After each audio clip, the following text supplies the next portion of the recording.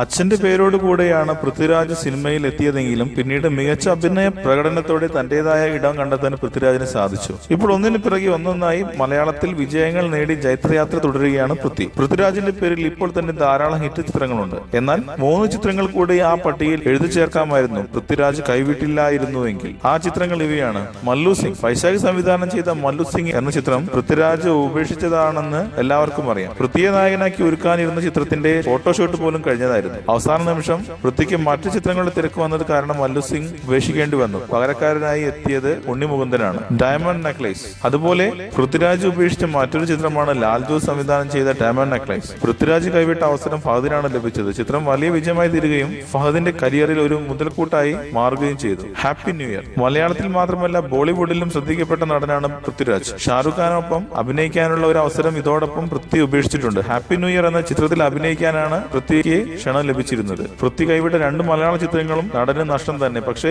ആ ചിത്രങ്ങൾ ഫഹദിനും ഉണ്ണിക്കും വലിയ ബ്രേക്ക് നൽകി. ബോളിവുഡിൽ കൈവിട്ട ചിത്രമായ ഹാപ്പി ന്യൂ ഇയർ ആകട്ടെ വലിയ പ്രതീക്ഷയോടെ വന്നതാണെങ്കിലും നെഗറ്റീവ് റിവ്യൂസ് ആണ് കൂടുതൽ ലഭിച്ചത്.